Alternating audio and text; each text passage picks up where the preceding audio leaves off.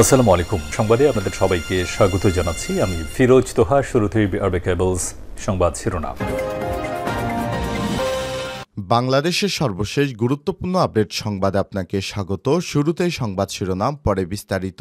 শুরুতেই জানাবো, খালেদা জিয়ার সাথে সেনাপ্রধানের সাক্ষাৎ। বিএনপি চেয়ারপারসন বেগম খালেদা জিয়ার সঙ্গে সাক্ষাৎ করেছেন সেনাবাহিনী প্রধান জেনারেল ওয়াকারুজ্জামান।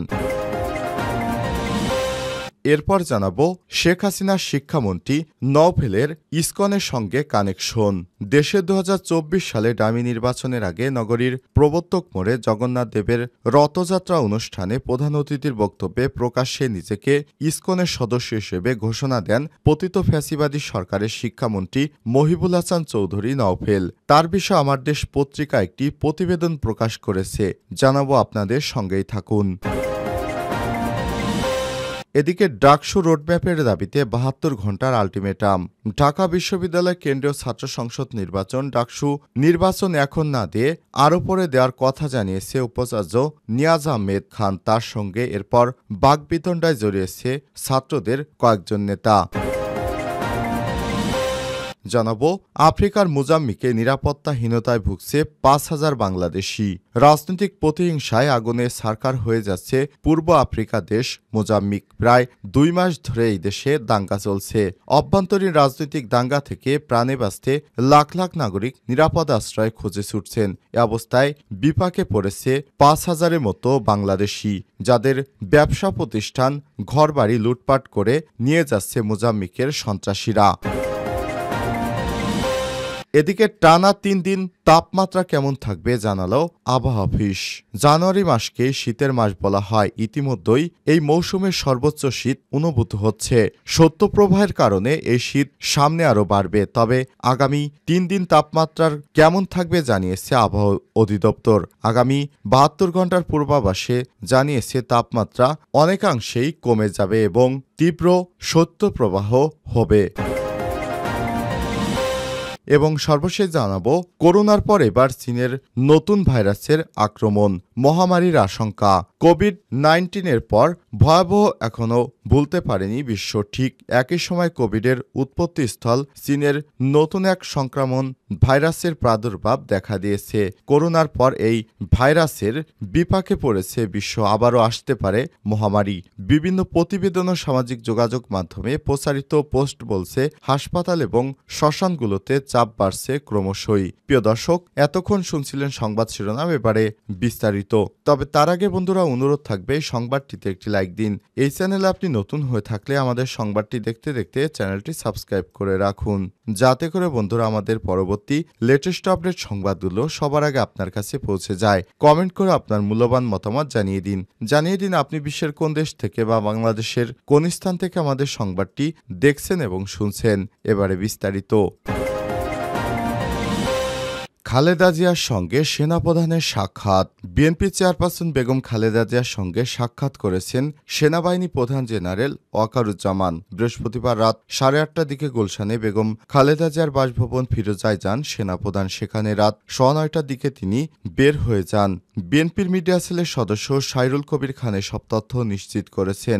সাইরুল কবির খান বলেছেন, বিএনপির চেয়ারপারসন বেগম খালেদা জিয়ার স্বাস্থ্যের খোঁজখবর নিতে এসেছিলেন সেনাপ্রধান। এ সময় সেনাপ্রধানের সঙ্গে তার সহধর্মিণী ছিলেন। তারা প্রায় 40 মিনিট ফিরোজায় অবস্থান করছিলেন। তিনি আরও জানান, সেনাপ্রধান বাসভবনে পৌঁছালে মেজর জেনারেল অবসরপ্রাপ্ত ফজলে এলাহি আকবর তাকে স্বাগত জানান। ফজলে এলাহি আকবরকে উদ্বুদ্ধ করে সাইরুল কবির জানান, সেনাপ্রধান বলেছেন, বিএনপির চেয়ারপারসন বেগম খালেদা জিয়া ও সাবেক প্রধানমন্ত্রী যেন দ্রুত সুস্থ হয়ে ওঠেন, সেজন্য তিনি দোয়া করেছেন। উন্নত চিকিৎসার জন্য আগামী সপ্তাহে বিএনপির চেয়ারপারসন খালেদা জিয়ার যুক্তরাজ্যে যাওয়ার কথা রয়েছে। পরিবর্তিত পরিস্থিতিতে গত 6 আগস্ট মুক্তির পর ঢাকায় নিযুক্ত বিভিন্ন দেশের কূটনৈতিকরা অনেকেই ফিরোজায় গিয়ে বিএনপির চেয়ারপারসন বেগম খালেদা জিয়ার সঙ্গে সাক্ষাৎ করেছেন বলে জানিয়েছেন তিনি।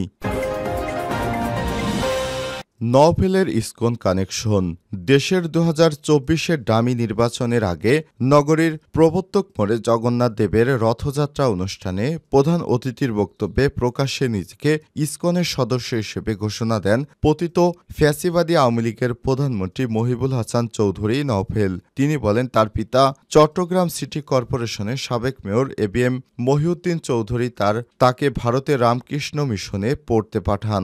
তখন থেকেই তিনি ইসকনে যোগ দেন। এরপর থেকে দেশে বিদেশে ইসকনের বিভিন্ন ধরনের কর্মসূচিতে যোগ দিয়েছেন বলেও জানান নওফেল। মূলত ওই দিন থেকেই ইসকনের খুঁটির জোর প্রকাশ পায় চট্টগ্রামবাসীর সামনে। প্রবর্তক সংঘের জমি ও মন্দির দখল। চট্টগ্রামের হিন্দু সামাজিক জাতীয়তাবাদী ধর্মীয় সংগঠন প্রবর্তক সংঘ নামের প্রবর্তক এলাকার নামকরণ একটি পাহাড় এবং তার পাদদেশ মিলে 8 একর 33% আয়তনের বিশাল একটি এলাকা নিয়ে এই প্রবর্তক সংঘ প্রতিষ্ঠিত হয়। পাহাড়ের উপর ছোট একটি মন্দিরও ছিল সংগঠনটির। কয়েক বছর আগে একটি মন্দির তৈরির কথা বলে 8 গন্ডা বা 36% জমি ইজারা নেয় ইসকন, কিন্তু জমি বুঝে নেওয়ার পর থেকে স্বরূপে আবির্ভূত হয় ইসকন। ধীরে ধীরে পাহাড়ের 3 একর জমি দখলে নেয় তারা। প্রবর্তকের ছোট মন্দিরটি ভেঙে শত কোটি টাকা ব্যয় করে গড়ে তোলা হয়েছে বিশাল মন্দির। এর নাম দেওয়া হয়েছে আন্তর্জাতিক কৃষ্ণ ভাবা নিয়মিত সংঘ বা ইসকন প্রবর্তক শ্রীকৃষ্ণ মন্দির। বর্তমানে মন্দিরের ভবনের পাশে বিশাল রেস্টুরেন্ট, বেকারি সহ কাপড়ের দোকান বসে ব্যবসা করছেন ইসকনের এই সন্ন্যাসীরা। পাহাড়ের এক অংশের ঢাল কেটে তৈরি করা হচ্ছে বিশাল আবাসিক ভবন। পাহাড়ের উপর নির্মাণাধীন ওই ভবনের জন্য সিডিএর কোনো প্ল্যান্ট অনুমোদন নেওয়া হয়নি। পরিবেশ অধিদপ্তর থেকেও নেওয়া হয়নি কোনো ছাড়পত্র। এ বিষয়ে প্রবর্তক সংঘের সভাপতি ইন্দুনন্দন দত্ত জানান, ইসকন তাদের জমি দখল করে প্রবর্তক শ্রীকৃষ্ণ মন্দির তৈরি করে। প্রবর্তক সংঘের কোনো সদস্য মন্দিরে যেতে চাইলে তাদের যেতে দেওয়া হয় না। প্রবর্তক সংঘ থেকে মন্দিরে ওঠার জন্য ভেতরে সিঁড়িটি নিশ্চিহ্ন করে দিয়েছে ইসকন। মন্দিরের আশপাশের চুক্তি বহির্ভূত জায়গায় তারা অনুপ্রবেশ করেছে। বায়েজিদ বোস্তামি রোড থেকে মন্দিরে ওঠার পথে ভেতরে নিরাপত্তা চৌকি সংলগ্ন একটি শতবর্ষ প্রাচীন গাছ রাতে অন্ধকারে কেটে ফেলা হয়েছে। এতে পাহাড়ের মাটির ক্ষতি হচ্ছে। এই ঘটনায় ইসকনের কয়েকজনকে আসামি করে চট্টগ্রাম আদালতে মামলা করেন প্রবর্তক সংঘ, কিন্তু সাবেক মন্ত্রী শেখ হাসিনার শিক্ষামন্ত্রী নওফেল, হাসান মাহমুদ ও আজম নাসিরের প্রভাবে আদালতেও তাদের বিরুদ্ধে ব্যবস্থা নিতে পারেনি। ডাকসু রোডম্যাপের দাবিতে 72 ঘণ্টার আলটিমেটাম। ঢাকা বিশ্ববিদ্যালয় কেন্দ্রীয় ছাত্র সংসদ নির্বাচন ডাকসুর নির্বাচন এখন না দিয়ে আরও পরে দেওয়ার কথা জানিয়ে উপাচার্য নিয়াজ আহমেদ খানের সঙ্গে বাকবিতণ্ডায় জড়িয়েছে ছাত্রদের কয়েকজন নেতা। এই ঘটনার প্রতিবাদে বিক্ষোভ মিছিল বের করে 72 ঘণ্টার আলটিমেটাম দিয়েছে ডাকসুর বৈষম্যবিরোধী ছাত্র আন্দোলনের সঙ্গে সম্পৃক্ত শিক্ষার্থীরা।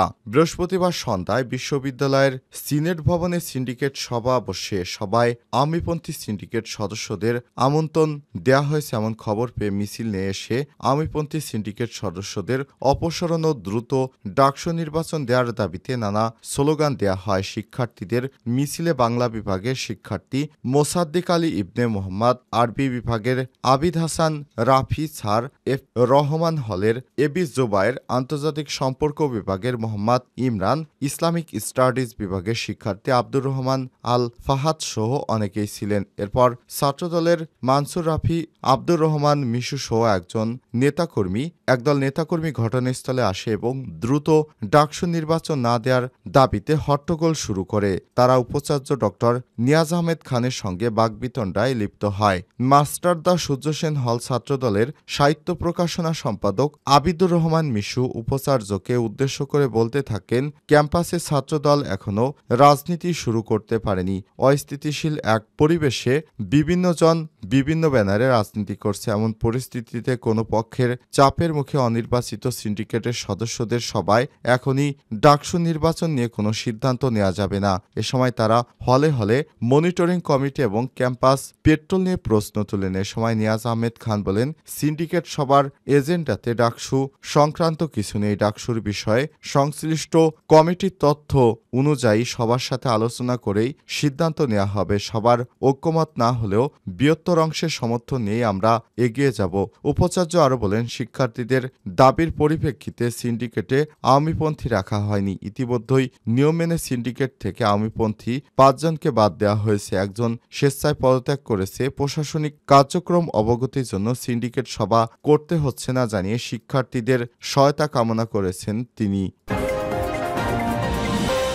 মোজাম্বিকে নিরাপত্তাহীনতায় ভুগছে 5,000 বাংলাদেশি। রাজনৈতিক প্রতিহিংসার আগুনে ছারখার হয়ে যাচ্ছে পূর্ব আফ্রিকা দেশ মোজাম্বিক। অভ্যন্তরীণ রাজনৈতিক দাঙ্গা থেকে প্রাণে বাঁচতে লাখ লাখ নাগরিক নিরাপদের আশ্রয় খুঁজে ছুটছে। বিদেশিরা পড়েছে বেশ বিপাকে। জানা গেছে, পূর্ব আফ্রিকার দেশটিতে বৈধ অবৈধভাবে বসবাস করেন প্রায় 10,000 বাংলাদেশি। তাদের মধ্যে অন্তত 5,000 এখন নিরাপত্তাহীনতায় ভুগছেন। মোজাম্বিকে থাকা বাংলাদেশিদের বেশিরভাগের ব্যবসার সাথে সংযুক্ত। গত 10 দিনে বাংলাদেশের কয়েকশো ব্যবসা প্রতিষ্ঠান, দোকানপাট এবং বসতবাড়িতে হামলা, লুটপাট চালিয়েছে দুষ্কৃতকারীরা। গত অক্টোবর থেকে মোজাম্বিকে রাজনৈতিক উত্তেজনা শুরু হয়। এ উপলক্ষে নির্বাচন, ভোটের ফলাফলকে কেন্দ্র করে সরকার ও বিরোধী শক্তির মধ্যে সংঘাত চলছে 2 মাসের বেশি সময় ধরে। 9 অক্টোবর দেশটির প্রেসিডেন্ট নির্বাচন অনুষ্ঠিত হয়। জাতীয় নির্বাচনে ব্যাপক কারচুপির অভিযোগে আনে বিরোধী দলগুলো। বিষয়টি আদালত পর্যন্ত করায়, কিন্তু দেশটির আদালত ফ্রেমিমো দলের ড্যানিয়েল চ্যাপোকে প্রেসিডেন্ট হিসেবে বিজয় ঘোষণা করেন। আদালতের এই সিদ্ধান্তে বিরোধী প্রার্থী ভেনান্সিও মন্ডলানের সমর্থকরা রীতিমতো ফুঁসে ওঠে এবং মোজাম্বিকে শুরু হয় দাঙ্গা। এই দাঙ্গায় এ পর্যন্ত প্রায় 33 জন নিহত হয়েছে এবং কারাগার থেকে পালিয়ে গেছে 1,500-এর বেশি কয়েদি। মোজাম্বিকের প্রিমিলো পার্টি ক্ষমতায় আছে 1975 সাল থেকে। এই বছরই দেশটিতে পর্তুগাল থেকে স্বাধীনতা পায়। 49 বছর ধরে ক্ষমতাসীন দলটির বিরুদ্ধে স্বৈরশাসন চালানোর অভিযোগ রয়েছে। তবে এর ভিকটিম হচ্ছে এখন বাংলাদেশি, ভারতীয় এবং পাকিস্তানিরা বেশি। তারা বিদেশি নাগরিকদের ব্যবসা প্রতিষ্ঠান এবং অন্যান্য বসতবাড়িতে হামলা চালাচ্ছে। বিভিন্ন দলে দলে ভাগ হয়ে তারা বাংলাদেশিদের উপর হামলা চালাচ্ছে। এ অবস্থায় বাংলাদেশিদের করুণ পরিস্থিতি মোজাম্বিকে। সেখানে প্রায় 5,000 বাংলাদেশি নিরাপত্তাহীনতায় ভুগছে। তাদের ব্যবসা প্রতিষ্ঠান, বসতবাড়ি পুড়িয়ে দিয়েছে এবং ব্যাপক লুটপাট করেছে, অনেককে হত্যাও করেছে।